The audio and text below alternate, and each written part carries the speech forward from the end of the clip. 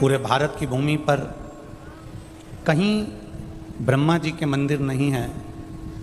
केवल एक भूमि पुष्कर राज की ऐसी है जहां ब्रह्मा जी का मंदिर निर्मित है।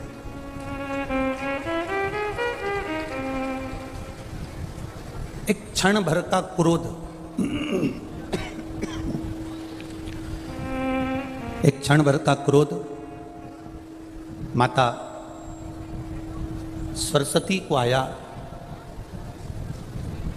और भैरव ने अपनी भैरवी का स्मरण कराया, तो वही सरस्वती सावित्री बनकर प्रकट हो जाती है और सावित्री बनकर ब्रह्मा जी को श्रापित कर देती है।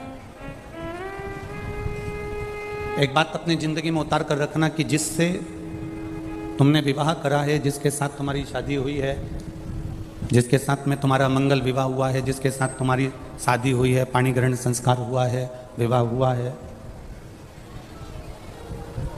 वो प्रयास करती है कि कभी अपशब्द ना बोले।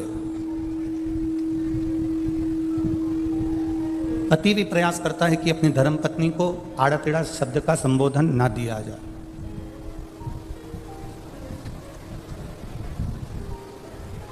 कोई ऐसा शब्द ना बोला जाए जिससे पति की वाणी का बुरा पत्नी को लगे या पत्नी की वाणी का बुरा पति को लगे।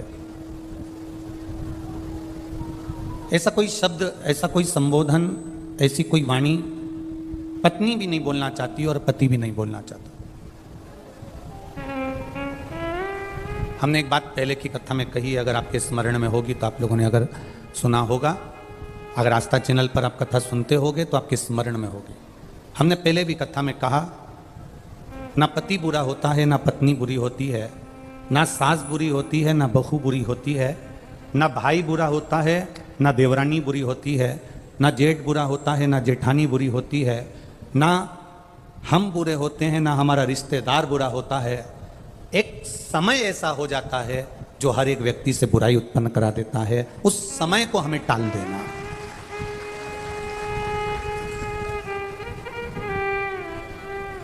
सरस्वती माता कब सावित्री बन जाती हैं, कब सावित्री माता सरस्वती बन जाती हैं, कब पार्वती दुर्गा बन जाती हैं, कब पार्वती माँ काली बन जाती हैं, कब लक्ष्मी वैकुंठी बन जाती हैं, कब माता लक्ष्मी अपने आनंद सुख को देने वाली धान्य लक्ष्मी, संतान लक्ष्मी, वैभव लक्ष्मी, सिद्ध लक्ष्मी, प्रतिष्ठा लक्ष्मी बन जाती हैं।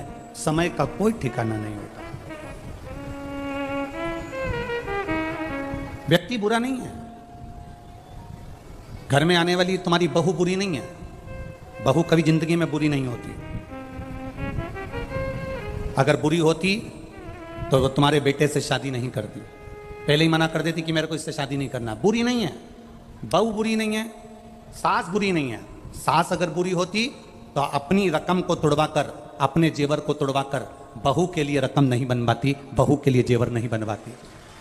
बहू बुरी नहीं है, सास बुरी नहीं है, पति बुरा नहीं है। परिस्थितियां कुछ ऐसी बन जाती हैं, कुछ समय की घड़ी, पल, क्षण, चक्र ऐसा चल जाता है जिसके कारणवश हमारे भीतर बुरा हमको नजर आने लगता है, बुरा हमको दिखने लगता है।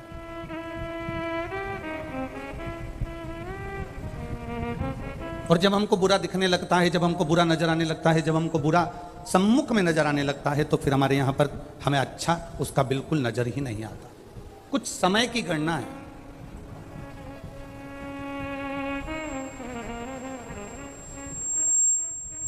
हम कर्म कर कर भूल जाते हैं, पर हमें भान नहीं हो पाता कि हमने कर्म कौन सा करा। एक प्रसंग आपने सुना होगा, एक प्रसंग अपनी जिंदगी में उतारा होगा। भगवान कृष्ण कारागार में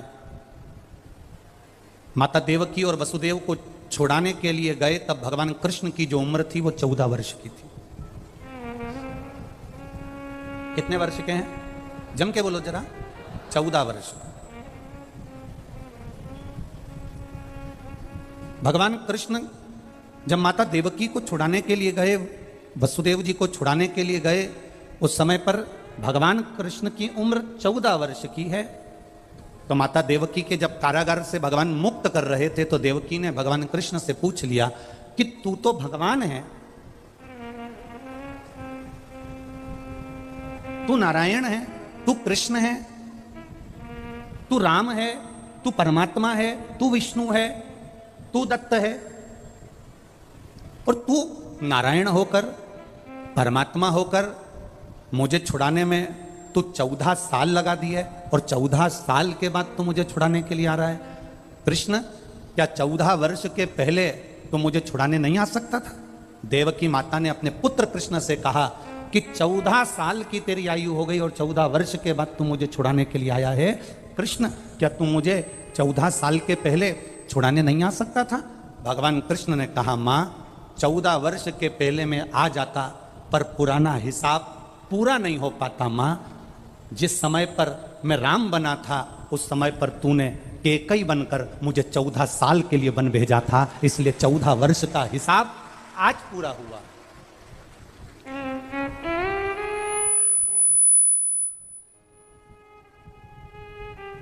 चौदह वर्ष का हिसाब आज पूरा हुआ है। तूने मुझे 14 वर्ष के लिए वन करा था, वन भेजा था। 14 वर्ष मुझे वन में रहना पड़ा तो 14 साल तुमको कैद में रहना पड़ा। यह हिसाब है मनुष्य जीवन का। देवकी ने कहा, अगर मैं केकई थी तो यशोदा कौन है? भगवान कृष्ण कहते हैं वो यशोदा राम अवतार में जो मेरी माँ कौशल्या थी, जो 14 साल मेरा इंतजार करी थी, वो यशोदा मेरी माँ कौशल्या। तूने मुझे 14 वर्ष के लिए वन भेजा तो 14 साल तुम्हें कैद में रहना पड़ा। वो 14 साल मेरा इंतजार करती रही, मेरा बेटा आएगा, मेरा पुत्र आएगा। रोती रही, मेरी याद में बिलखती रही, मेरी याद में अपनी आंखों के आंसू बहाती रही। इसलिए यशोदा जी की गोद में मुझे 14 साल रहना पड़ा, क्योंकि वो छोड़ना नहीं चाहती थी। कर्म कैसा है आपका? कर्म की गति कैसी है आपकी? पहले भी आपको कहा, आज फिर कहते हैं, मत बुरे कर्म कर बंदे वरना पछताएगा। भगवान की आंखों से तू बच नहीं पाएगा, तू बच नहीं पाएगा।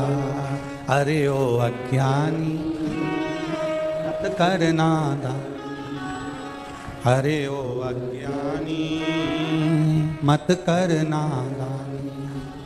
तेरे कर्म का फल भी तू ही पाएगा, जैसा किया तूने तेरे आगे आएगा। मत बुरे कर्म कर बंदे, मत बुरे कर्म कर वरना पछताएगा। भगवान की आंखों से तू बच नहीं पाएगा, तू बच नहीं पाएगा। कोई बुरा नहीं है संसार में, ना पिता बुरा है, ना माँ बुरी है, ना पत्नी बुरी है, ना पति बुरा है, ना भाई बुरा है, ना सखा बुरा है, ना सास बुरी, ना ननन बुरी, ना बहू बुरी, कोई बुरा नहीं। हम जो अदालत में तलाक लेने के लिए जाते हैं, पति पत्नी दोनों अदालत में तलाक लेने के लिए खड़े रहते हैं, हम उनसे हमेशा कहते हैं थोड़ा सा इंतजार करो, इतनी जल्दी निर्णय मत लो कि मुझे तलाक चाहिए। इतनी जल्दी मायके में जाकर मत बैठ जाओ कि मैं इस व्यक्ति के साथ रह नहीं सकती, मुझे ये बिल्कुल नहीं होना, मेरे सामने नहीं होना, मैं इसके साथ एक मिनट नहीं रह सकती। मान लो तलाक ले भी लिया, तुमने जिद पकड़कर तलाक ले लिया और मालूम पड़े तुमने दूसरी शादी कर ली, अभी तो तुमको जो भेरू मिला था उस पर कम सिंदूर चढ़ा था, अगला जो मिला पूरा सिंदूर चढ़ा हुआ मिल गया, तो क्या कर लो? हमारा केवल इतना सा कहना है, तलाक का निर्णय लेने से पहले, अपने परिवार को तोड़ने से पहले, हम बेटे से भी कहेंगे और बेटी से भी कहेंगे, हम सास से भी कहेंगे और बहू से भी कहेंगे, हम पिता से भी कहेंगे और पुत्र से भी कहेंगे, हम बेटी के माता पिता से भी कहेंगे तो हम बेटे के माँ बाप से भी कहेंगे। कोई बुरा नहीं है, बुरा है हमारा समय।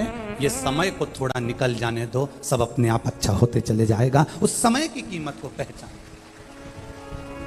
हम समय की कीमत नहीं जान पा रहे, हम अपने समय को नहीं पहचान पा रहे। हम सोचते हैं कि, और देखो ये तो सीधी सीधी बातें, माताएं जब हलवाई जब भोजन बनाता है इतना बड़ा कड़ाव रखता है, बड़ा सारा कड़ाव, उसमें एक बोरी शक्कर डालता है, रवा डालता, हलवा बनाता, सीरा बनाता, उसके पास में एक पलटा होता है, बोलो होता है कि नहीं होता, वो खोचा पलटा, क्या बोलते इधर इसको, पलटा, वो पलटा, उसका नाम ही पलटा है। पलटे का मतलब है कि उसको नीचे से ऊपर पलट देना, ऊपर से नीचे पलट देना। क्यों पलट देना? क्योंकि वो जले ना, अर्थात समय का इंतजार करो। किसी देवता के पास में पलटा नहीं है, पर मेरे शंकर भगवान के पास में त्रिशूल जो दिखता है वो पलटे जैसा ही है। उसका काम केवल पलटने का है, कब नीचे से ऊपर कर दे और कब ऊपर से नीचे कर दे किसी को नहीं मालूम पड़ेगा। किसी देवता के पास में पलटा नहीं मिलेगा। तुम देख लो, भगवान विष्णु के पास में चक्र है, चक्र से क्या वो हलवा पलट सकता है, सीरा पलट सकता है? भगवान के पास में गदा है, गदा से क्या सीरा पलट सकता है? बोलते जाओ, पलट जाएगा क्या? तलवार है, तलवार से सीरा पलट जाएगा? नहीं। पर त्रिशूल एक ऐसा है जो पलटने का भी काम कर देता है। वो मेरे देवादिदेव महादेव के पास में है, उसने अपने पास संजो कर रखा है, वो पलट देता है। भाग्य को पलटने में देरी नहीं करती, थोड़ा समय जरूर लग सकता है। आप इतनी जल्दी निर्णय मत लेना कि मैं इसके साथ नहीं रह सकती, ये मेरे साथ नहीं रह सकता। हमें एक दूसरे के साथ नहीं रहना। बस आज के बाद हम एक दूसरे का मुंह नहीं देखेंगे किसी के कहने पर, चाहे इधर वाले समझाएं चाहे उधर वाले समझाएं। मेरा बेटियों से, मेरा बेटों से निवेदन है, आपका निर्णय आपके पास में है। आपको सोचना चाहिए कि हम घर परिवार अगर छोड़कर, एक अपने माता पिता को छोड़कर इसके साथ अगर शादी करी है, थोड़ा एडजस्ट करने का प्रयास करेंगे। जब नहीं होगा तब सोचा जाएगा। जब भी कोई निर्णय लेने का समय आए तब अपने मन को शांत रखकर, शिव का नाम लेकर, ओघड़दानी को याद कर कर, उसका भजन कर कर तब निर्णय लो कि मैं करूं ना करूं। और एक बात बहुत अच्छे से याद रखना, जब आप कोई निर्णय तक नहीं पहुंच पाओ, आपको भड़काने वाले ज्यादा मिलेंगे। रहने दे, अगर वो ऐसा करता है तो क्यों जा रही है तू उसके पास में, मत जा। नहीं बेटी, थोड़ा एडजस्ट कर। बेटी का मां कब तक एडजस्ट करूं? हर बार गाली दे देते हैं, अपशब्द कह देते हैं, ताना दे देते हैं, हाथ उठा दे। सुन, शांति रख। एक बार फिर अच्छा बनकर उनको अच्छा बनाने का प्रयास है। बेटा कह दे पत्नी ऐसी है, ऐसा बोल दिया, कोई बात नहीं, थोड़ा शांति रख। हाँ, अगर अपन निर्णय नहीं ले पा रहे तो फिर किसी अपने माता पिता के सामने बैठकर फिर विचार करना कि मैं निर्णय क्या लूं। माता पिता भी सही निर्णय नहीं ले पाए तो किसी सदगुरु के पास जाना। साधारण गुरु के पास मत जाना, नहीं तो वो कह देंगे कि तुम्हारी किस्मत में तो ये पति लिखा ही नहीं था, ये शादी जबरदस्ती हो गई, पत्रिका तो मिली ही नहीं थी, रिश्ता तो होना ही नहीं था। अब हो गया, उसको क्या करें? ये तो मालूम है कि ये रिश्ता नहीं होना था, गुण नहीं मिला, ये नहीं मिला, वो नहीं मिला, अब हो गया, उसका करे तो करे क्या? ये सब बात पुरानी हो गई। किसी सदगुरु के पास जाना, वो गुरु जिसने कभी किसी के संबंध को विच्छेदित नहीं हुआ, उस गुरु के पास जाना और गुरु के पास जाकर फिर बैठकर कहना। होता है कभी कभी अपना मोबाइल का फंक्शन अपने ही हाथ से गड़बड़ हो जाता है, अपने से नहीं सुधरता। सुधरता है क्या कभी कभी?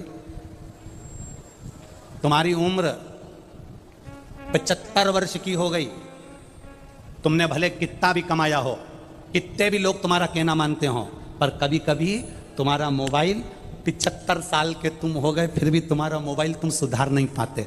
तो क्या कहते हो? 15 साल का पोता, उसको आवाज लगाओगे, ए भानु इधर आ। हाँ दादाजी। अरे हमारा मोबाइल में ना जाने क्या हो गया, देख तो जरा। और भानु ने 15 साल का छोरा ने हाथ में मोबाइल लिया,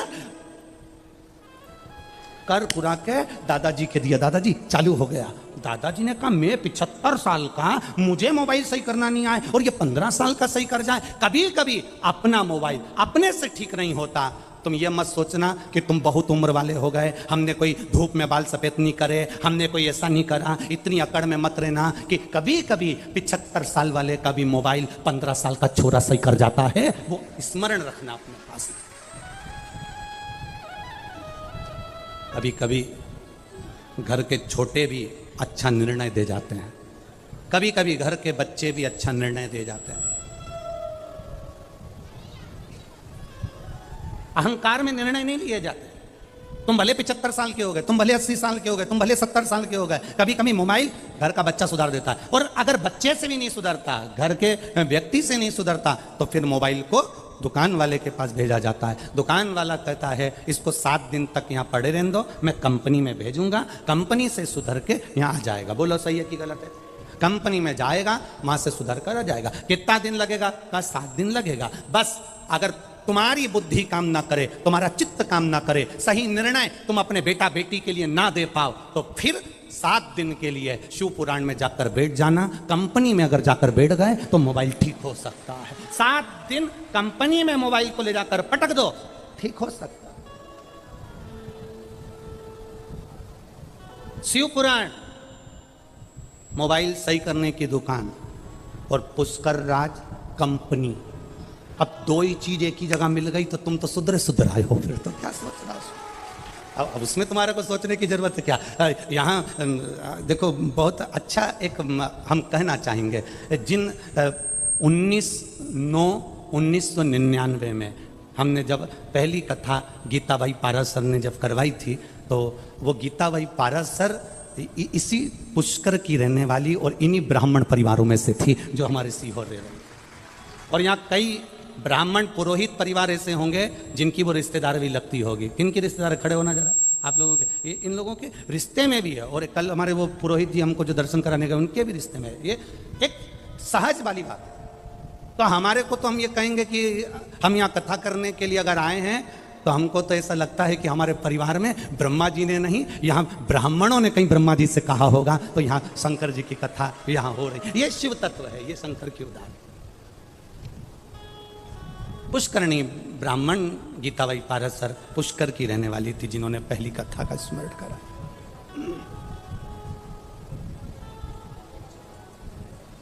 अब थोड़ा निर्णय लेने में देरी हो, थोड़ा चलेगा।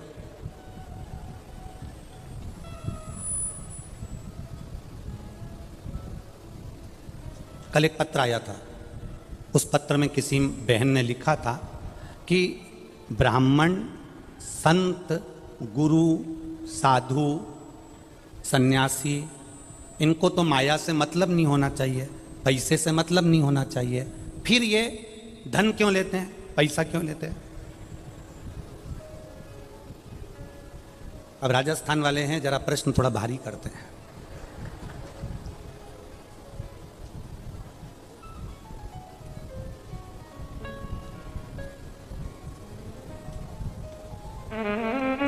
डट के तो घी खाते हैं। कौन? अरे बोलो बोलो जम के। राजस्थान के लोग डट के घी केवल खाते नहीं है, राजस्थान मारवाड़ का एक एक व्यक्ति जितना खाता नहीं है घी, उससे दुगना मेहमानों को खिला देता है। ये वो राजस्थान, ये कोई साधारण है क्या राजस्थान? अब तो किसी ने पूछा, गुरुजी ब्राह्मण, संत, साधु, गुरु, पंडित, जितने साधु, सन्यासी, तपस्वी, इनको तो माया से मतलब नहीं होना चाहिए, धन से मतलब नहीं होना चाहिए, फिर ये पैसा क्यों लेते हैं, फिर ये धन क्यों लेते हैं, ये माया क्यों लेते हैं? तो मेरा निवेदन केवल इतना है कि संत, साधु, गुरु, सन्यासी, ब्राह्मण, ये सब तुमसे पैसा, माया इसलिए लेते हैं कि माया भी रोती है कि हमारी कब काया सुधरेगी। जब साधु संत के हाथ में आती है, साधु संत उसे भंडारे भोजन में लगा देता है, तो माया की भी काया पलट जाती है। इसलिए संत, ब्राह्मण, साधु, गुरुजन, सन्यासी, तपस्वी, साधक, उपासक, ये धन तुमसे लेकर माया की काया पलटने में लगा देते।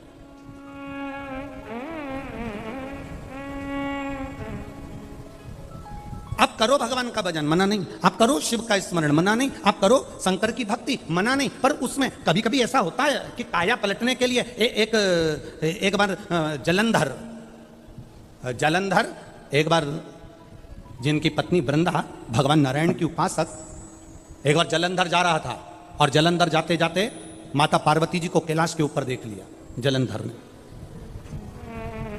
अब माँ तो माँ बड़ी सुंदर, हमने पहले भी कथा में कहा, जितनी सुंदर बहू नहीं होती उससे दुगनी सुंदर सास होती है। Old is gold. हम पहले भी कथा में कहे हैं, बहू को तैयार होने में 2 घंटे लग जाते हैं, सास को बस तीज का व्रत सास का भी, बहू का भी। बहू का तीज का व्रत, बहू 2 घंटे में तैयार हो रही, बाल धोएगी, झड़ाएगी, तैयार होगी, चोटी करेगी, खजूर वाली चोटी बांधेगी, चुड़ला, फिर पायल, फिर लहंगा, फिर चोली, फिर चूनर, फिर गजरा गजरा ना जाने ये सब लगाएगी। और सास, बहू कह रही मम्मी तुम कब तैयार होगी? इतने में मम्मी बोल रही बहू तू तैयार हो जा, मैं तो तुरंत हो जा। पूजन का समय, मम्मी तुम भी तैयार हो जा।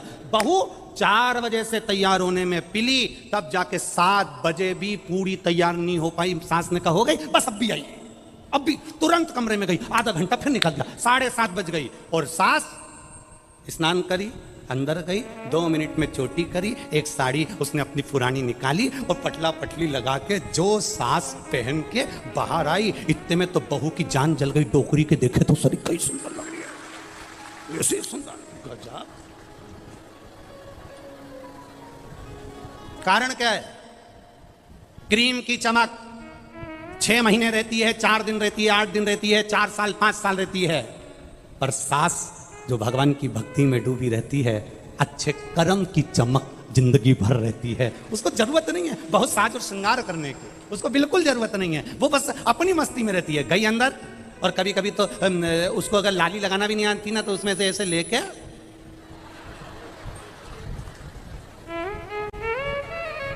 और इतने में बहू ने कह दिया मम्मी यहां पे पाउडर ज्यादा दिख रहा है, तो इतने में मुंह में से जरा सा थूक लिया। ओल्ड इज गोल्ड, उसको मतलब ही नहीं। उसकी भक्ति, उसका भजन, उसका कीर्तन, उसका मंत्र जाप, उसका स्मरण और उसका परिवार के प्रति समर्पण केवल सास का ही नहीं, बहू जो अपने परिवार के प्रति समर्पित रहती है, उसको ब्यूटी पार्लर जाने की जरूरत नहीं पड़ती। वो खुद ब्यूटी क्वीन बन जाती है, अपने आप सुंदर हो जाती है, अपने आप उसमें सुंदरता दिखती है, अपने आप। और नहीं तो कहीं कहीं की रहती है। एक पत्नी ने नई साड़ी पहनी, त्योहार का दिन था, पति से पूछा मैं कैसी लग रही हूं। अब पति ने मन में विचार करा, सुबेरे सुबेरे कौन मूड खराब करे। पर पत्नी भी इतनी जिद्दी थी, वो जब तक पति से पूछे नहीं तब तक वो काम पे जाएगी। तैयार होके, बाल मल धो के, कंगा कंगी करके, बढ़िया जोरदार झुमका झुमकी पहन के, साड़ी माड़ी का पल्लू इधर पिन से टच करके, और पति से आके पूछी मैं कैसी लग रही हूँ। पति ने कुछ नहीं बोला। पत्नी ने पति का हाथ पकड़ा, कैसी लग रही हूँ? पति बोले ऐसी लग रही जैसे हरी घास में भैंस चल रही है। अब तू पूछने गई क्यों पहले तो? और पूछा है तो उसने बोल दिया, जो उसको लगा उसने बोला। ये तो अपना मन का भाव है, जो बोल दिया बोल दिया, जो स्मरण में आया वो बोल दिया। अब यहाँ जलंधर ने माता पार्वती जी को देखा, और पार्वती जी बड़ी सुंदर माँ, माता बड़ी सुंदर है माँ।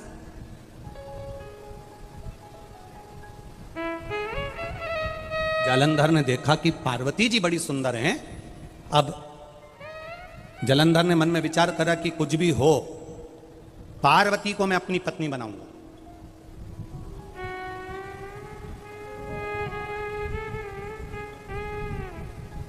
पहले कथा में कहा था, दूसरे की नारी, दूसरे का धन, दूसरे का मकान, दूसरे का वैभव देखकर कभी अपनी दृष्टि को गलत मत होने, कभी मत होने। जलंधर ने गलती कर दी, और जलंधर ने देखा पार्वती जी बड़ी सुंदर है, मैं इनसे विवाह करूंगा, मैं इनसे शादी करूंगा। अब पार्वती जी तक यह खबर लेकर कौन जाए कि पार्वती जलंधर तुमसे शादी करना चाहता है, जलंधर तुमसे विवाह करना चाहता है? इस खबर को लेकर जाएगा कौन? इस सूचना को लेकर पार्वती जी तक पहुंचेगा कौन? चंद्रदेव को बुलाया, चंद्र ने मना कर दिया। इंद्रदेव को बुलाया, इंद्र ने मना कर दिया। सबको बुलाया, गरुण वरुण सब आए, परंतु सबने मना कर दिया। सूचना पहुंची ब्रह्मा जी के पास में। ब्रह्मा जी ने, भगवान ब्रह्मदेव के पास में सूचना पहुंची कि जलंधर पार्वती जी के पास में विवाह का प्रस्ताव भेज रहा है, यह अच्छी बात नहीं है। और ब्रह्मा जी ने जाकर, ब्रह्मा जी ने पहुंचकर तुरंत जलंधर को समझाने का प्रयास करा। जलंधर, यह तुम्हारा निर्णय ठीक नहीं है। जलंधर, तुम किसी पर नारी पर अपनी दृष्टि दो, भगवान देव अधिदेव महादेव की धर्म पत्नी माँ जगत जननी, माँ जगत धात्री, माँ दुर्गा भवानी, माता पार्वती पर तुम अपनी दृष्टि दे रहे हो, ये ठीक नहीं है जलंधर, ये श्रेष्ठ नहीं है। ब्रह्मा जी का काम था समझाने का, समझा रहे, पर जलंधर मानने को तो तैयार हो।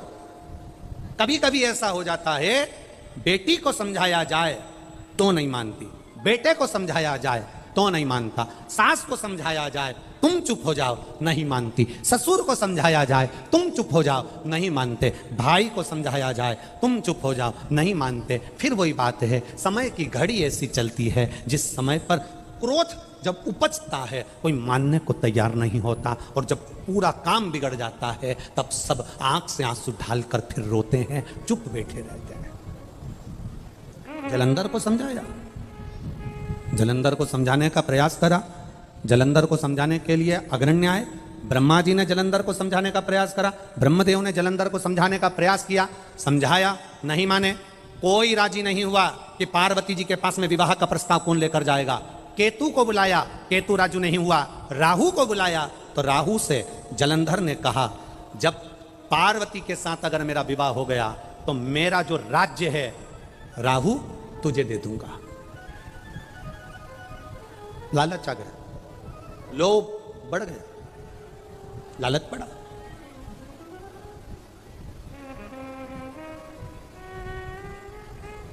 जब लोभ बढ़ता है तब व्यक्ति की जिंदगी को नष्ट कर देता है।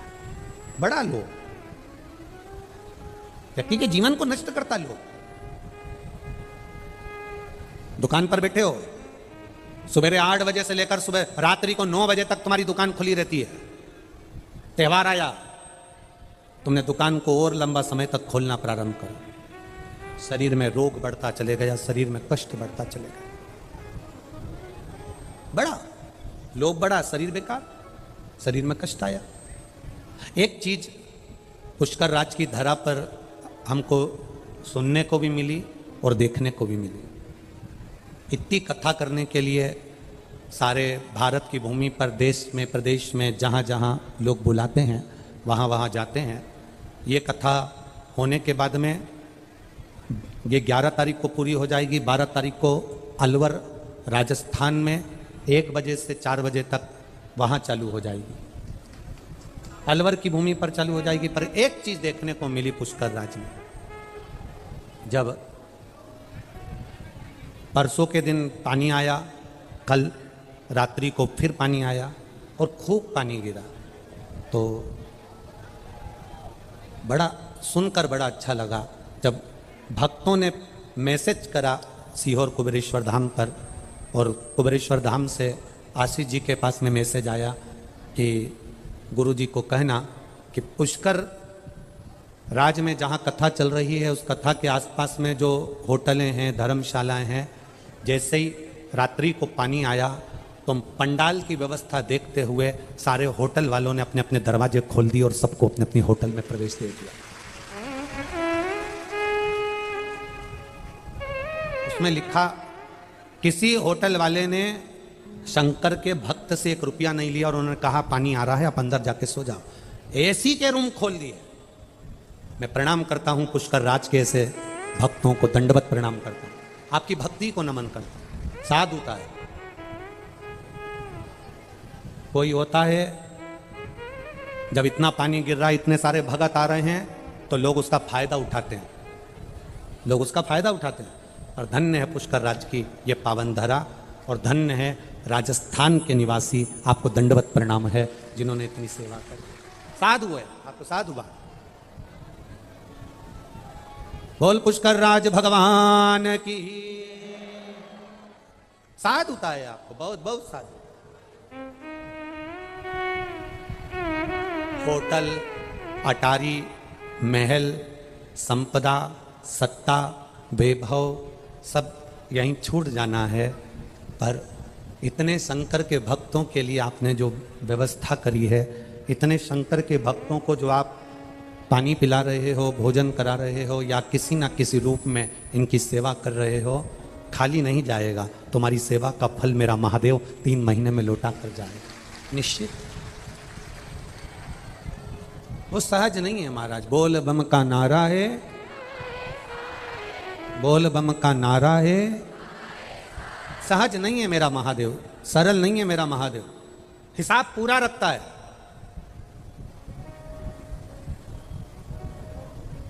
पूरा हिसाब है उसके पास।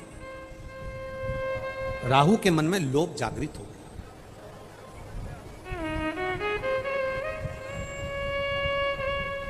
अब बहुत ज्यादा लोभ विनाश का कारण बन जाता है, बहुत ज्यादा लोभ।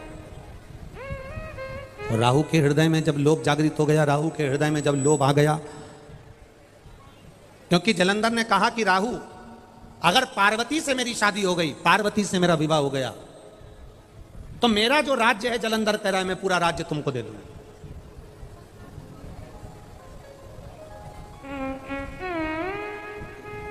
ये पूरा संपूर्ण राज्य मैं आपको दे दूंगा। राहु ने कहा ठीक है, यदि ये संपूर्ण राज्य मुझे मिल रहा है, संपूर्ण राज्य मुझे प्राप्त हो रहा है, ये संपूर्ण राज्य अगर मुझे मिल रहा है, तो मुझे विवाह का प्रस्ताव ले जाने में क्या दिक्कत है? मैं विवाह का प्रस्ताव ले जाता हूं। और विवाह का प्रस्ताव राहु लेकर चला। देवादिदेव महादेव समाधि में लीन थे। पार्वती मैया देवादिदेव महादेव के लिए सुंदर पुष्प के आंकड़े, सुंदर आनंद से आंकड़े के पुष्प की माला पार्वती जी तैयार कर रही थी। और इतने में राहु प्रवेश कर गया। राहु आया और राहु ने कहा, पार्वती जी, जलंधर आपको बहुत ज्यादा स्नेह करते हैं, जलंधर आपको बहुत ज्यादा प्रेम करते हैं, वो आपसे विवाह करना चाहते हैं। जैसे ही राहु ने कहा कि जलंधर आपसे विवाह करना चाहते हैं, सुनते से पार्वती जी को क्रोध नहीं आया, महादेव जी को क्रोध आ गया। पार्वती को क्रोध क्यों नहीं आया? उसका एक कारण है कि अगर नारी अपने पति के साथ मार्ग से जा रही हो, महाराज, नारी अगर मार्ग से अपने पति के साथ जा रही हो और पत्नी को कोई अपशब्द कहे, तो क्रोध पत्नी में कम आकर पति में क्रोध ज्यादा आना चाहिए कि मेरी अर्धांगिनी मेरे साथ जा रही है और मेरे साथ मेरी अर्धांगिनी, बेस कम कर बाबू, मेरी अर्धांगिनी मेरे साथ में जा रही है और उसको अपशब्द कहा गया, उसको ताना दिया गया, उसको आड़ा टेढ़ा कहा गया, उसको अपशब्द बोला गया।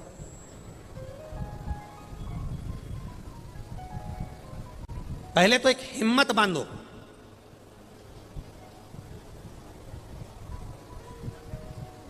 पहले एक हिम्मत बांधी है कि नारी, लोग कहते हैं कि अबला होती है, लोग कहते हैं नारी कमजोर होती है, पर शिव महापुराण ने एक बार भी नहीं कहा कि नारी अबला होती है, कि नारी कमजोर होती है। जब जब देवताओं पर भी आफत आती है तो माता पार्वती चंडी बनकर टूटमान हो जाती है। नारी ना कभी अबला होती है और ना नारी कभी कमजोर होती है।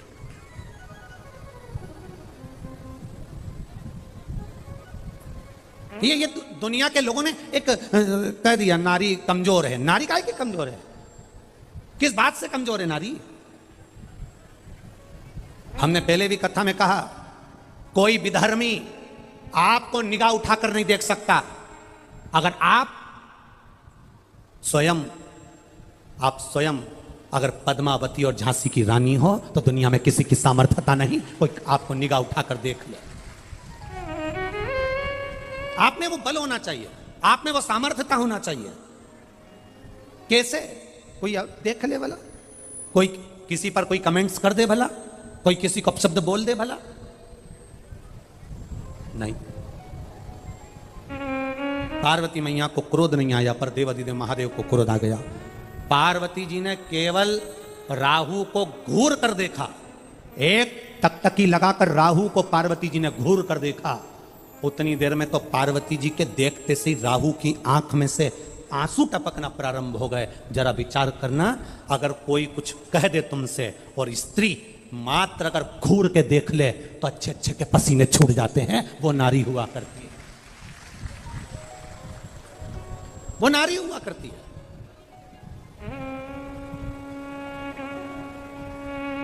कभी कभी बड़े एक बहुत बहुत विचित्र बात है, बहुत थोड़ा ध्यान देना हो। हम हमारी बात का लोग थोड़ी गलत जगह लेकर चले जाते हैं, परंतु उम्मीद है कि जितने शंकर के श्रोता हैं वो वाणी को समझते हैं, उस बात को बहुत ध्यान करते हैं। एक पहले ऐसा नियम था, बहुत पहले की बात है, बहुत पहले की बात है। पहले ऐसा नियम था, पति मर जाता था तो पत्नी ऐसा हाथ जोड़कर अर्थी के पीछे पीछे चलती थी और पति के साथ, बोलो बोलो जम के बोलो, सती हो जाती थी। था कि नहीं था ऐसा नियम? पहले ऐसा नियम था। अब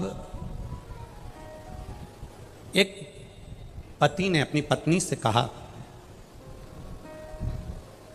कि पत्नी स्त्री नारी कमजोर होती है, तो नारी ने अपने पति से कहा नारी बराबर दुनिया में कोई बलवान नहीं हो सकता। जब एक नारी अपने बच्चे को जन्म देती है तब उसका दूसरा जन्म होता है, वो मौत के मुंह से भी वापस लौट कर आती है अपनी औलाद को जिलाने के लिए, अपनी औलाद को जीवित रखने के लिए मौत के घाट से वापस लौट कर आती है। जितना बल नारी में होता है उतना बल पुरुष में नहीं। इतने में पति ने कहा पत्नी में इतना बल नहीं जितना पुरुष में होता है। पत्नी ने कहा ठीक है, जब पति प्राण छोड़ता है, मरता है, तो जलती हुई चिता में जिंदा नारी बैठती है, उसमें उतना बल होता है। अब एक बार कोई पति को, अभी तक नारी सती होती थी, किसी को सता होता हुआ बता दो। कोई एक ढूंढ कर लेकर आओ जो सता हो गया, एक नहीं मिलेगा। नारी में बल होता था, पति को अर्थी पर चिता पर लेकर गोदी में बैठ जाती थी, लाल चूनर ओढ़कर, पूरा श्रृंगार कर कर पूरा गांव देखता था, और नारी की बलता यह होती थी कि वो सती हो जाए। पर अब तुम कह रहे हो कि तुम इतने बलवान हो, तो पत्नी मरे तो सता क्यों नहीं हो गए? एक बलवता दिखाओ।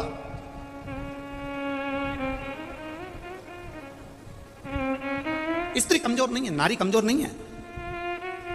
आज की बेटियों को देखकर, आज की नवयुवक पीढ़ी को देखकर, आज की बेटियों को देखकर तो हृदय से कहूंगा मेरी बेटियां कमजोर नहीं हैं। अब भले कुछ भी हो, बेटियां कदम से कदम मिलकर चलना जानती है, कमजोर नहीं है मेरी बेटियां।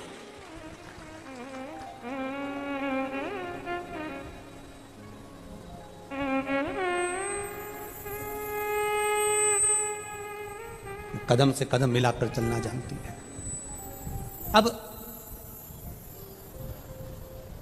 पार्वती जी ने केवल राहु को देखा और राहु की आंख में से आंसू बहने लगे। भगवान शंकर को क्रोध आ गया।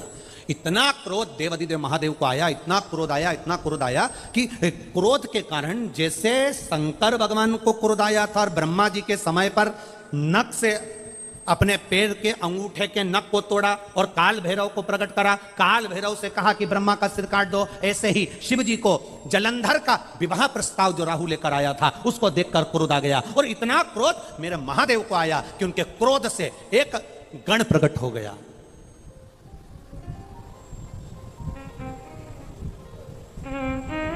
एक गण प्रकट हो गया जिसका नाम था कीर्तिमुख। क्या नाम है? कीर्तिमुख। एक गण प्रकट हुआ। गण ने पूछा मैं कौन? शंकर भगवान कहते हैं जैसे मैंने काल भैरव को प्रकट करा था, तू किसी भैरव से कम नहीं है, तू किसी भैरव से कम नहीं है।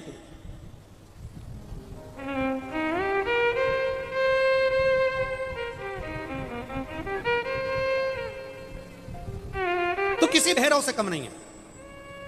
जा, मेरे प्रकट होने का कारण क्या है? शंकर भगवान ने कहा राहु को खजा, जा इस राहु को खा ले।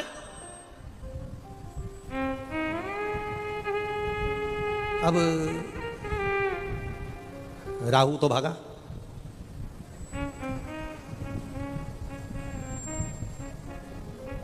ये जो शादी के बीच में जो होते हैं ना, लड़का लड़की के बीच में जो होते हैं, रिश्तेदारों के बीच में जो होते हैं, थोड़ा सा भी संबंध खराब होता है ना तो सबसे वाले बीच में जो रहते हैं सबसे पहले भागते हैं। जिनने कराई थी शादी, जिनने कराई शादी, कोई के मामा जी ने कराई, कोई के मौसा जी ने कराई, के काका जी ने कराई, के हमारा परिचित था उसने कराई, और जैसे ही संबंध बिगड़ा, लड़का लड़की के बीच में संबंध बिगड़ा, अदालत में बात पहुंची, तो जो बीच वाला है ना सबसे पहले पीछे हट जाता है। वो कभी नहीं कहता कि मैं तुम्हारा साथ दूंगा, अब क्या करें साहब, हमने तो अच्छा ही देखा था, हमने तो बताया था, देख लो, तुमने ही नहीं देखा तो हम क्या करें, हमको क्या मालूम था कि लड़की ऐसी होगी, हमको क्या मालूम था कि लड़का ऐसा होगा। बीच वाला भाग जाता। राहु भागा, जलंधर और पार्वती के विवाह प्रस्ताव को जो लेकर आया था वो राहु भागा। अब पीछे पीछे कीर्तिमुख भागता गया, भागते भागते राहु जलंधर के पास पहुंचा। मेरे प्राण कैसे बचेंगे? जलंधर ने कहा यहां से जा, अगर मुझे देख लिया तो मुझे खा जाएगा, चल यहां से। जलंधर ने भी भगा दिया, भागते भागते सब दूर गया, ब्रह्मा जी के पास में गया, इंद्र के पास गया, नारायण के पास गया, सब दूर जाकर आया, पर उसके प्राण बचाने वाला कोई नहीं था। उसके प्राण बचाने वाला कोई नहीं था। भागते भागते भागते भागते आखिरी में उसने देख लिया कि कोई प्राण नहीं बचा रहा, तब शंकर जी के एक शिवालय में जाकर बैठ गया। हाथ में जल का पात्र भरने के लिए पात्र भी नहीं था, हाथ की अंजलि में सरोवर के जल को भरा। हाथ की अंजलि से भी जल नीचे गिरने लगा। अपने तन का वस्त्र लेकर उसको जल में भिगोकर देवादिदेव महादेव को चढ़ाकर उनको प्रसन्न कर रहा था। तब शिव जी प्रसन्न हो गए, क्योंकि भोला तो भोला है। श्राप दिया था, मारने के लिए आतुर हुए थे। इतने में शंकर जी ने कहा, बोल राहु क्या चाहिए? राहु कहता है, कीर्ति मुख से बचा लीजिए, वो मुझे खा जाएगा, प्रभु रक्षा करिए। शंकर जी ने राहु को अपने जटा में छुपा लिया, जटा में छुपाया। जब जटा में छुपाया, इतनी देर में कीर्तिमुख आया। कीर्तिमुख ने कहा, भोलेनाथ राहु तुम्हारी जटा में छुपा है, उसको मुझे खाना है, बाहर निकालो। शंकर भगवान कहते हैं, अब उसे मत खा, मुझे प्रकट करा था राहु को खाने के लिए, भूख लग रही है, मैं किसको खाऊं? शंकर भगवान ने कहा, तू मेरा गण है, एक काम कर, भूख लग रही है, तू अपने आप को खा जा। कीर्तिमुख ने अपने हाथ पांव शरीर खाना चालू कर दिया। खाते खाते कीर्तिमुख पूरे शरीर को खा गया, केवल मुख बचा। तब शंकर भगवान से कहता है, मेरे मुख का क्या करूं? शिव जी कहते हैं, चिंता मत कर, तू मेरा गण है, मेरे कहने को तूने माना है, मेरे कहने पर तू अपना पूरा शरीर खा गया। तेरा ये मुख काल भैरव का एक स्वरूप कीर्ति मुख के नाम से रहेगा। पूरे मृत्यु लोक में जितने देवालय, जितने शिवालय, जितने मंदिर रहेंगे, उस मंदिर के गेट पर तेरा मुख लगाया जाएगा। कभी भी आपने एक मुख मंदिर के गेट पर देखा होगा? जीवान बाहर निकली है, भयंकर सा मुख है। किसी किसी मंदिर में तुमने देखा होगा, दरवाजे पर बिल्कुल बीच में लगा हुआ वो मुख नजर आता है। वो शंकर भगवान ने जिसको प्रकट करा था वो कीर्ति मुख था। शिव जी ने कहा, सुन कीर्ति मुख, तू काल भैरव का स्वरूप रहेगा, तू भैरव का स्वरूप रहेगा। मंदिर में, देवालय में, शिवालय में, दरवाजे पर तू बैठा रहेगा, चौखट पर तू बैठा रहेगा। जो शिवालय के अंदर जल चढ़ाने के लिए प्रवेश करेगा, उसके अंदर जितना दुख होगा, जितनी तकलीफ होगी, जितना कष्ट होगा, जितनी बीमारी होगी, जितना रोग होगा, जो शंकर के मंदिर में एक लोटा जल लेकर प्रवेश करेगा, भरे हुए पात्र को जब तू देखेगा, तेरी दृष्टि उस पात्र पर पड़ेगी। और जो अंदर प्रवेश करेगा, उसको कितनी भी बड़ी बीमारी हो, उसको तुझे खा जाना है, उस बीमारी को तुझे निगल जाना है। बस कीर्ति मुख का काम इतना है कि जल चढ़ाने वाले के दुख को, जल चढ़ाने वाले की तकलीफ को, जल चढ़ाने वाले की बीमारी को कीर्ति मुख उसको निगल जाता है, कीर्ति मुख उसको खा जाता है, उस बीमारी को समाप्त कर देता। कई लोग कहते, गुरुजी ये आप कहते हो शंकर जी के मंदिर जाया करो, एक लोटा जल चढ़ाया करो, एक बेलपत्री का सेवन करा करो, इससे होता क्या है? इससे लोगों की बीमारियां समाप्त हो रही। इतने पत्र आते हैं, इतने लेटर आते हैं, ये जितने पत्र आते हैं हम सब यहीं छोड़ कर जाते हैं। आपके जितने जितने जिसको अगर संशय हो, इन पत्रों को पढ़ना, और इनके ऊपर इनका mobile number, address, phone number सब लिखा, इनके घर चले जाओ। जिनको संशय हो वो जरूर जाए इनके घर। और एक पत्र आया, देखिए,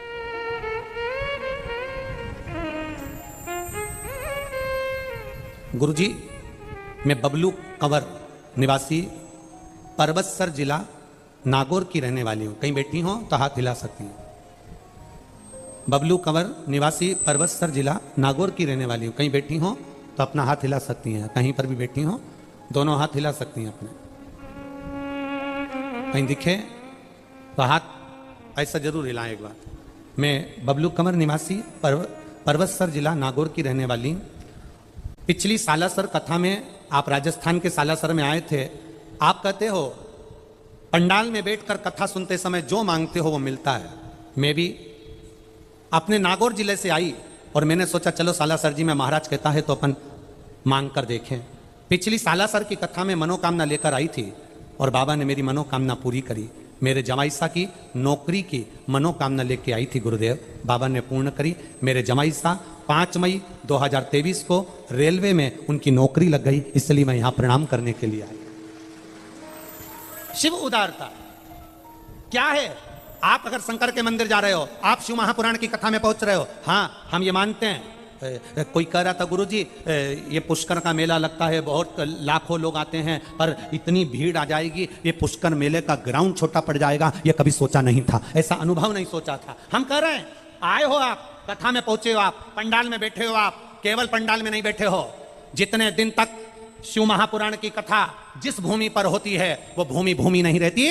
मेरा कैलाश शंकर भगवान उतर कर उस भूमि पर आ जाता है और वर प्रदान कर कर जाता है। एक पत्र और आया है, देखिए।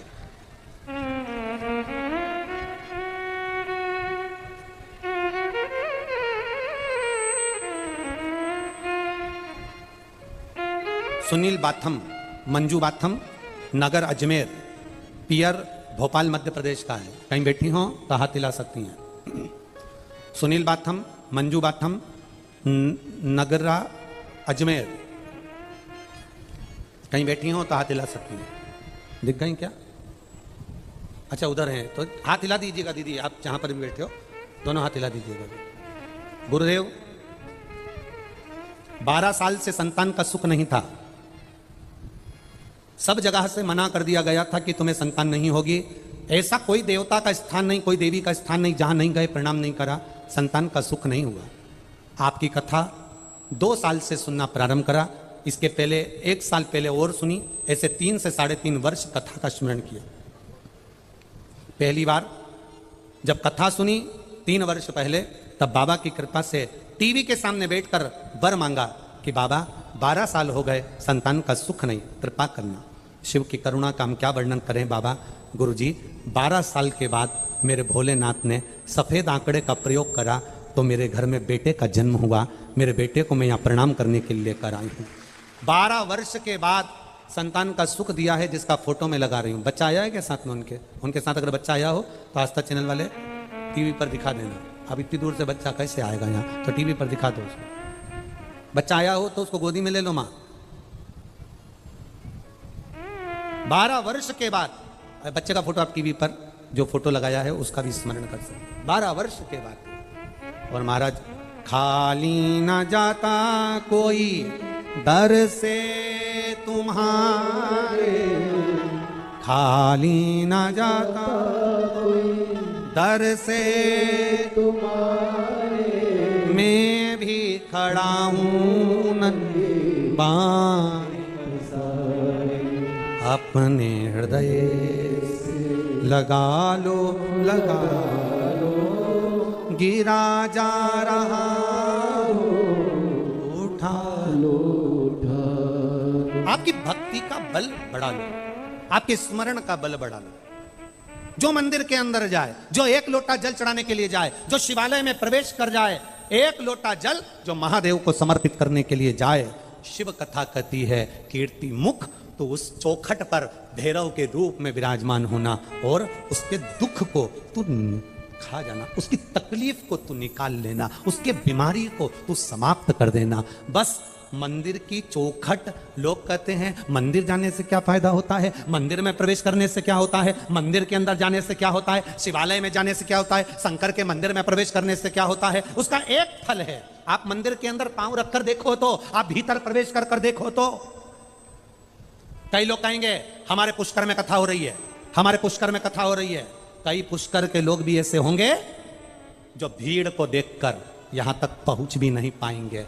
हमारा उनसे निवेदन है, ये बार बार नहीं होने वाली है। कोई भाग्य जगे होंगे और ब्रह्मा जी को अच्छा लगा होगा तो यहां बुला लिया। कठिन, बहुत कठिन है यहां तक पहुंचना। अजमेर में बैठे हुए लोग सोचेंगे 15 किलोमीटर पर हो रही है, भीड़ बहुत हो रही है, कैसे जाएं, क्या करें।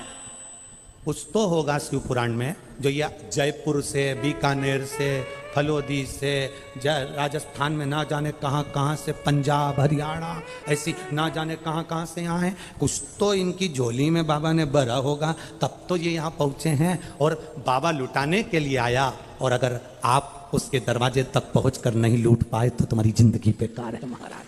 गए वो लुटाने को आया।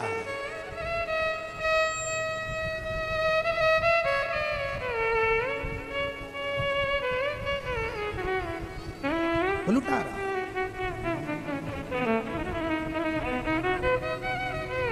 किसी ने एक बार प्रश्न करा कि गुरुजी ये बताओ, आप कहते हो कि भगवान के मंदिर में जब हम प्रवेश करते हैं तो काल भैरव, कीर्ति मुख, भगवान के गण हमारे दुख को खींच लेते हैं, ऐसा कभी होता है क्या?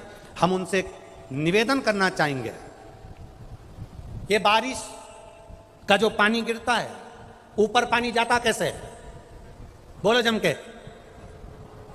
जो नदी, तालाब, समुद्र, बावड़ी जितना पानी भरा होता है, सूर्य की किरण से वो पानी भाप के माध्यम से ऊपर खींचा जाता है और वही पानी हमको दिया जाता है। जब ऊपर वाला पानी को खींच सकता है तो जब हम शंकर के मंदिर में जाते हैं तो ऊपर वाला दुख भी तो खींच सकता है। बस यही तरीका।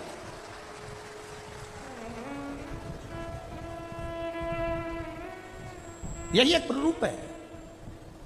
कोई कह दे हमारे पुष्कर में कथा चल रही है, हमारे यहाँ बहुत भीड़ है, हम नहीं जाएंगे। अजमेर वाले कहते हैं हमारे पास में कथा चल रही, बहुत भीड़ है, कैसे चले जाएंगे? जाना, 7 दिन ना जा पाओ तो 1 मिनट के लिए जाना। कंकर शंकर की इस भूमि पर बैठकर 5 मिनट, हाँ आना तो अपनी सोने की रकम, चांदी का सामान या जेवर फेवर लेकर मत आना, उसके बनकर जाना, उसके होकर जाना। बैठना, बहुत गर्मी, उमस भी पड़ेगी, तपन भी पड़ेगी, पंखा भी झेलना पड़ेगा। कोई कथा सुनना सरल बात थोड़ी ना है। जैसे पुराने जमाने में संत तप करते थे, तपते थे, आसपास आगी लगा लेते थे, तपते थे, तब भगवान मिलता था। तुम भी 3 घंटा क्या, कथा तो 1 बजे से चालू होती है, तुम सवेरे 6 बजे से एक जगह पे बैठकर तपते हो, पानी की बोतल तक लेने के लिए बाहर नहीं जाते। क्यों? गए तो अंदर आ नहीं सकते, बाहर गया अंदर नहीं आ पाऊंगा तो जाऊं कैसे? जैसा बैठा है, जिस जगह बैठा है, जिस आसन से बैठा है, कितना है, ना बाथरूम जाना, ना कहीं जाना। सवेरे 6 बजे से रात्रि को कथा हो 4 बजे तक, 5 बजे तक निकलने में समय लगता है। इतने घंटे की तुम्हारी साधना रहती है, ना बाथरूम जाना, ना कहीं खाने जाना, ना पानी पीने जाना, ना कहीं जाना। एक जैसा आसन लगा के टप्पा मारकर एक जैसे बैठे इंतजार कर रहे हो कथा का, इंतजार। और कोई तुम्हारे लिए वीआईपी व्यवस्था नहीं है कि तुम आओगे तो तुम्हारे को कोई पंखा झेलने वाला खड़ा है कि आना और तुम्हें पंखा झेलेंगे। यहाँ तो पंखा झेलने वाला भी नहीं, अपने ही साथ पुष्टा लाओ और झेलता जाओ। यहाँ तो केवल तुम्हारा तप है, साधना है। 3 घंटे बैठकर जो तुम तप साधना करते हो, 4-4 घंटे तक कथा का इंतजार करते हो। और कथा का इंतजार केवल 4 घंटे से नहीं, कई तो ऐसी माताएं बैठी है जो 2 साल से इंतजार कर रही है कि अपने पास में कथा हो जाए, चले जाए। इंतजार में लगे हो, कथा चित्त को धारण करने के लिए लगे हो, तो भगवान भी तो तुम्हारे मन के मनोरथ पूर्ण करेगा। भगवान भी तो झोली भरेगा, वो भी तो खाली नहीं भेज सकता, वो भी तो झोली भर कर भेजेगा। ये उसके ऊपर है। आप आए जरूर हो, पहुंचे जरूर हो। बोल बम का नारा है, इतनी धीमे बोलोगे तो हो गया कल्याण तुम्हारा है। बोल बम का नारा है, उसके सहारे पर रहना, ना घर के भरोसे।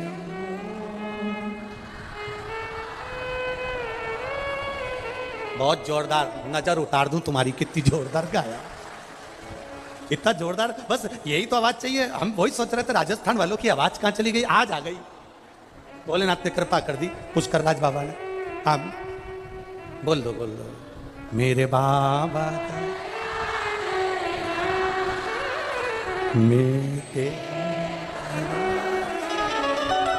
मेरे बाबा, मैं तेरे, ना घर के भरोसे हूँ, ना परिवार के भरोसे, ना घर के, ना परिवार के भरोसे। मेरे बाबा दया करना, मैं तेरे भरोसे, ना इनके भरोसे हूँ, ना उनके भरोसे हूँ, ना इनके, ना उनके भरोसे हूँ। भोले बाबा दया करना, मैं तेरे भरोसे, मेरे बाबा दया करना, मैं तेरे भरोसे। हम शिव के भरोसे पर, हम शंकर के भरोसे पर, हम उसकी दृढ़ता के भरोसे पर। आप जाओ शंकर के दुनिया के लोग कहेंगे शिव जी पे चढ़ा कर जल नहीं पीना चाहिए, कोई कहेगा नारी को शिवलिंग नहीं छूना चाहिए, कोई कहेगा एक कन्या को शंकर जी का शिवलिंग का स्नान नहीं कराना चाहिए, कोई कहेगा ऐसे हो जाओगे, कोई कहेगा वैसे हो जाओगे, कोई कहेगा तुम कुत्ता बन जाओगे, तो कोई कहेगा घोड़ा बन जाओगे। तो जो तुमसे कहे कि मरने के बाद कुत्ता बन जाएंगे तो उनसे पूछना तुम देख के आए थे क्या? किसने देखा? यहां तक शिव पुराण की कथा कह रही है, हमने तो बैकुंठ भी नहीं देखा। और राजस्थान वालों ने देखा हो तो बात दूसरी है, हमने तो पुष्कर देखा है, और पुष्कर देख लिया मतलब बैकुंठ देख लिया, बस बराबर है, एक ही बात है। हमने बैकुंठ नहीं देखा। हाँ, कोई दूसरे हो जिन्होंने बैकुंठ देखा हो और जो कह दें कि तुम ऐसा करोगे तो बैकुंठ नहीं जा पाओगे, नरक चले जाओगे, तो उनसे पूछना तुम नरक गए थे क्या, देख के आए थे क्या, माँ किस तरह की गाड़ी है, फोर व्हीलर, पूछना स्कॉर्पियो है कि टवेरा है, पूछो उनसे। हम ना बैकुंठ की बात करते हैं ना हम नरक की बात करते हैं। आज तक इतनी शिव पुराण की कथा बाची, एक बार भी हमने इस व्यासपीठ से ये नहीं कहा कि तुम ऐसा करोगे तो नरक चले जाओगे, हमने ये भी नहीं कहा कि ऐसा करोगे तो बैकुंठ चले जाओगे, बोला कभी? कुछ नहीं बोला। इतना जरूर कहा कि मंदिर तक जाओगे तो तुम्हें बैकुंठ जाने की जरूरत नहीं पड़ेगी, बैकुंठ वाला टार्च लेके तुम्हें ढूंढता हुआ यहां जरूर आएगा, तुम काहे को जाओ? वो गाना याद कर लो, मैं ससुराल नहीं जाऊंगी, डोली रख दो कहारो, पहला संदेशा यमराज का आया, ये काले जेठ जी के साथ नहीं जाऊंगा। अगला संदेशा चित्रगुप्त का आया, ये डोकरा के साथ नहीं जाऊंगा। आखिरी संदेशा महाराज पिया जी का आया, मेरे भोलेनाथ का आया, तो नंदी पे बैठ के चले जाऊं, बस हक चाहिए क्या? नहीं जाऊं इसके साथ, नहीं जाना, जा।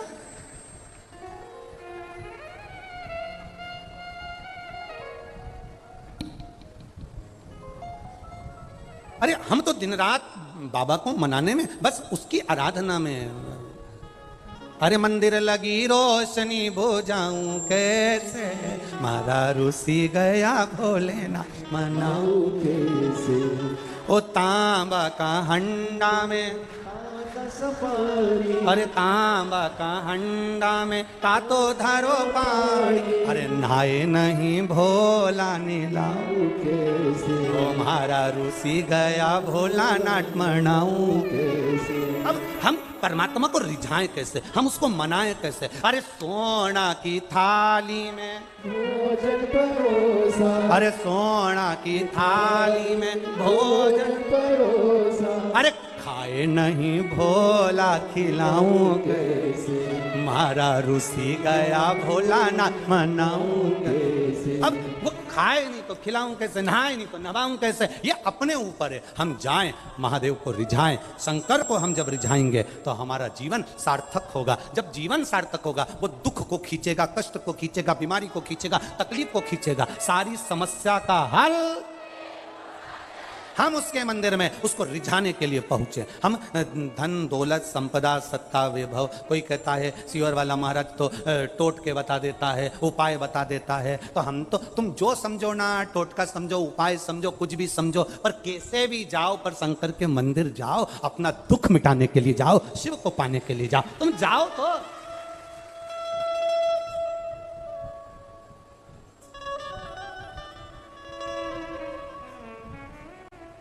किसी के सामने जाने से, किसी से कहने से तुम्हारा दुख नहीं मिटने वाला। तुम भगवान के सामने कहोगे तो दुख मिट जाएगा, दुख मिटेगा।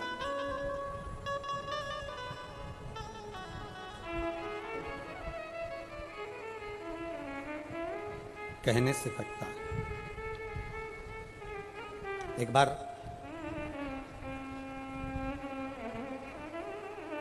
देवऋषि नारद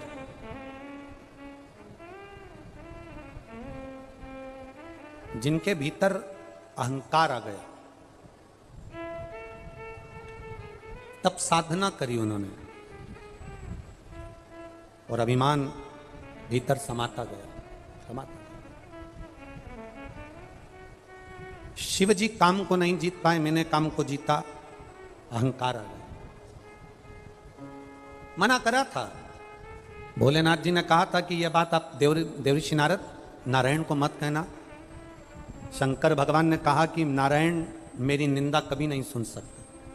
शंकर की पूजन करने वाले की, शिव की स्मरण करने वाले की, शंकर की भक्ति में डूबने वाले की, शंकर के भजन में डूबने वाले की कभी निंदा मत करो, क्योंकि तुम उसकी निंदा करते हो तो शंकर का भजन करने वाला तुम्हारी निंदा का जवाब नहीं देता। शंकर भगवान का भजन करने वाले का जवाब स्वयं शंकर ही देता है, स्वयं शंकर। और ये देवऋषि नारद के भीतर अहंकार जाग गया और कहां पहुंचे? सीधे पहुंच गए भगवान नारायण के पास में। नारायण के पास में पहुंचे तो उन्होंने देखा कि देवऋषि नारद के भीतर अहंकार आया और उन्होंने उनका बंदर का मुख बनाया। देवऋषि नारद का अभिमत्ता अभी भी समाप्त नहीं हुआ और सीधे आ गए पुष्करराज की धरा पर। गर्ग संहिता वर्णन कर रही है, सीधे कूर्म पुराण वर्णन कर रही है, नारद पुराण वर्णन कर रही है। देवऋषि नारद आ गए पुष्करराज की भूमि पर, जहां पर भगवान ब्रह्मा जी बैठे हुए थे और नारद जी ने उनका गुणगान गाना चालू करा। साथ में उनके माता गायत्री बैठी थी उनके नजदीक में। अब उनके नजदीक में माता गायत्री बैठी हैं, मां सावित्री उनके पास से चली गई हैं, माता गायत्री उनके नजदीक में बैठी थी। अब देवऋषि नारद को भगवान नारायण ने समझाया था कि देखो अहमता में मत पड़ना, अहंकार में मत पड़ना, अभिमत्ता से दूर रहना। पर नारद जी ने सोचा शंकर भगवान ने मुझे ज्ञान दिया, भगवान विष्णु ने मुझे ज्ञान दिया, सब मुझे कह रहे हैं कि तुम्हें अहंकार हो गया, तुम्हें अहंकार हो गया, परंतु ये मुझे जानते नहीं है मेरी गायन विद्या कितनी प्रबल है, मेरी विद्या का मुझे कितना आनंद है। मैं अगर भजन कर दूं, मैं गाना गा दूं, मैं संगीत की विद्या का आनंद कर दूं तो सब मेरे पीछे हैं। अब पुष्करराज की भूमि पर आकर देवऋषि नारद ने गायन विद्या करना प्रारंभ करी। जो गायन विद्या देवऋषि नारद ने चालू करा, गाना प्रारंभ करा, जो गाना प्रारंभ करा, नारद जी क्या गा रहे थे? ब्रह्मा जी का यश गुण।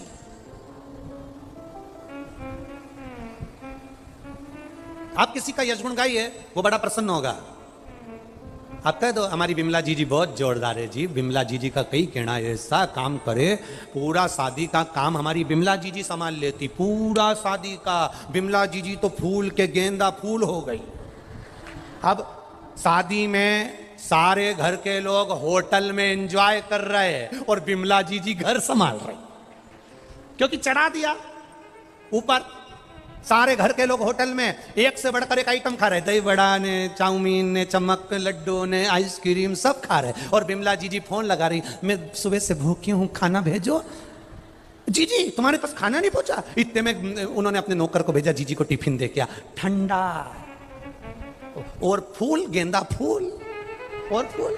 हमारी बिमला जी बहुत अच्छी, पूरा घर संभाल लेती है। घर में जब कार्यक्रम होता है तो हमारी बिमला जी पहले आ जाती है। हमारी बिमला जी पूरा घर देखती है, कपड़े संभालती, जेवर संभालती, और बहुएं क्या करती? डेंटिंग पेंटिंग करके एंजॉय करती। बिमला जी फूल और गेंदा का फूल, वो फूल गई बिमला जी। अब सारा कपड़ा का घड़ी बना रही बिमला जी, सामान रख रही बिमला जी, जेवर संभाल रही बिमला जी।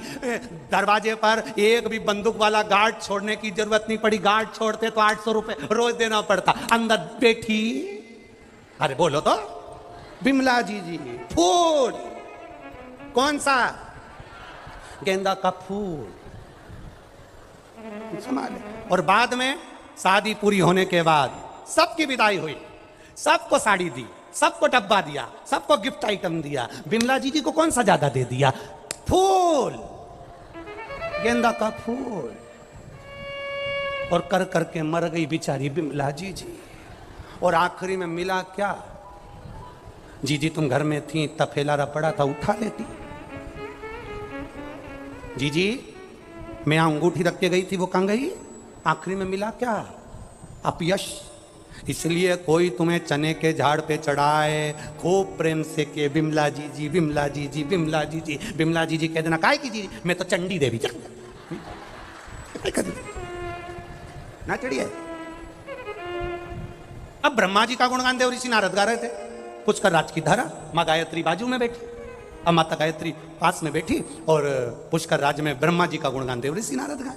जो ब्रह्मा जी का गुणगान गाया तो स्वयं कुबेर जी महाराज, स्वयं कुबेर चढ़कर सुंदर आनंद से पहुंच गए पुष्कर राज की धरा पर। अब जो पुष्कर राज की धरा पर कुबेर पहुंचे, नारद जी तो गुणगान गाने में लगे थे, ब्रह्मा जी का खूब जोर शोर से।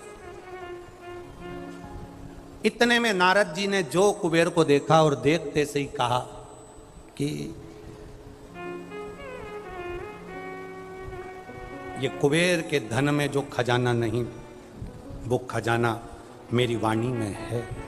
इतने में गायत्री मैया के पास में बैठे होने पर उन्होंने भगवान ब्रह्मा जी से कहा, मैं वेद माता हूं। पुष्कर राज की धरा पर गाय के मुख से ब्राह्मणों ने गाय को खड़ा कर कर वेद की ध्वनि कर कर मुझे प्रकट करा है, मैं गायत्री हूं। अगर मेरे नजदीक में अगर कोई बैठा है और उसको भी अभिमान आ जाए तो ये श्रेष्ठता नहीं है। देव ऋषि नारद को अभिमान आया है, ब्रह्मा जी आप कुछ बोलोगे नहीं? आए हुए अतिथि का आदर करना चाहिए, सम्मान करना चाहिए। कुबेर आया तो उसका आदर करना चाहिए, कुबेर आया तो उसका सत्कार करना चाहिए। पर यहां तो नारद जी उसका उपहास उड़ा रहे हैं। अगर कोई आया है, आतिथ्य भाव में आया है, आदर करिए, सम्मान करिए, आप उसका आदर करो। पर कुबेर की हंसी उड़ाई है देव ऋषि नारद ने, अपनी विद्वत्ता का बखान करा है देव ऋषि नारद ने। ब्रह्मा जी ने नारद जी को बुलाया, पुत्र तुम्हारे गायन में कमी है, पुत्र तुम्हारे गायन में कमी है, तुम में संगीत की विद्या का फल नहीं है, जाओ कहीं से सीख कर आओ। इतने में देव ऋषि नारद ने कड़क होकर कह दिया, मैं मुझ में गायन विद्या नहीं, मैं कहां सीखने जाऊं। इतने में गायत्री मैया ने उसी समय पर कह दिया, किसी उल्लू से जाकर सीख लो। गायत्री माता बोली, उल्लू से जाकर सीखो। गायत्री मैया ने गलत नहीं कहा था। गायत्री मैया ने तो मार्ग बताया था कि उल्लू के पास जाकर सीख लो। पर देव ऋषि नारद को बुरा लग गया कि माता गायत्री मुझसे कह रही है कि मैं उल्लू के पास जाकर गायन विद्या सीखूं। इतने में देव ऋषि नारद की आंख से आंसू बहने लगा कि मेरा अपमान माता गायत्री ने कर दिया। ब्रह्मा जी ने कहा, गायत्री ने तुम्हारा अपमान नहीं करा, वो वेद माता है, वेद की ध्वनि करने वाली है, संसार का उद्धार करने वाली है, मंद बुद्धि को भी बुद्धि देने वाली है, अज्ञानी को ज्ञान देने वाली है। वो वेद माता साधारण नहीं है। तुझे अहंकार में देखकर कहा कि उल्लू से जाकर सीखो तो तुम्हें क्रोध नहीं आना चाहिए, जाओ। गायत्री माता ने कहा ना उल्लू के पास में जाओ, तो गायत्री ने कोई दूसरे उल्लू के पास तुमको नहीं भेजा है। जो उल्लू लक्ष्मी जी के पास रहता है उस उल्लू के पास जाओ। कौन सा उल्लू? जम के बोलो जरा। जो लक्ष्मी जी के पास है। ब्रह्मा जी से नारद जी ने पूछा, सारे उल्लुओं में वो उल्लू श्रेष्ठ क्यों है? मैं क्यों उस उल्लू के पास वेद विद्या सीखने के लिए, गायन विद्या सीखने के लिए जाऊंगा? आखिर उस उल्लू में क्या है? ब्रह्मा जी तो बाद में बोला, माता गायत्री ने कह दिया, सुनो देव ऋषि नारद, जिस लक्ष्मी जी के पास में उल्लू है उसका नाम गणबंधु उल्लू है। क्या नाम है उसका? गणबंधु। उस उल्लू का नाम है जो लक्ष्मी जी के पास रहता है। क्या नाम है उसका? गणबंधु। गायत्री माता कह रही है वो उल्लू साधारण नहीं है, चुप रहकर बैठता है। दुनिया के लोग उसको उल्लू समझते हैं, पर वो उल्लू साधारण नहीं। कई लोग संसार सागर में नारद जी ऐसे हैं जिनको खूब व्यक्ति जब पढ़ लिख जाता है, विद्वान बन जाता है, अहंकार में फूल जाता है, तो अपने घर में कोई कोई व्यक्ति ऐसा रहता है सीधा, जिसको लोग केवल उल्लू ही समझते हैं, पर वो उल्लू नहीं रहता, उसके अंदर धैर्य, ज्ञान और विद्वत्ता रहती है, साधारण नहीं हो सकता। इसमें अकल नहीं है। हमारे यहाँ सहज भाषा में कह देते हैं, जो पढ़े लिखे लोग होते हैं कई ज्यादा बहुत विद्वत्ता में फूल जाते हैं, अहंकार में फूल जाते हैं, और कह देते हैं ये तो बहुत पगला है, अकल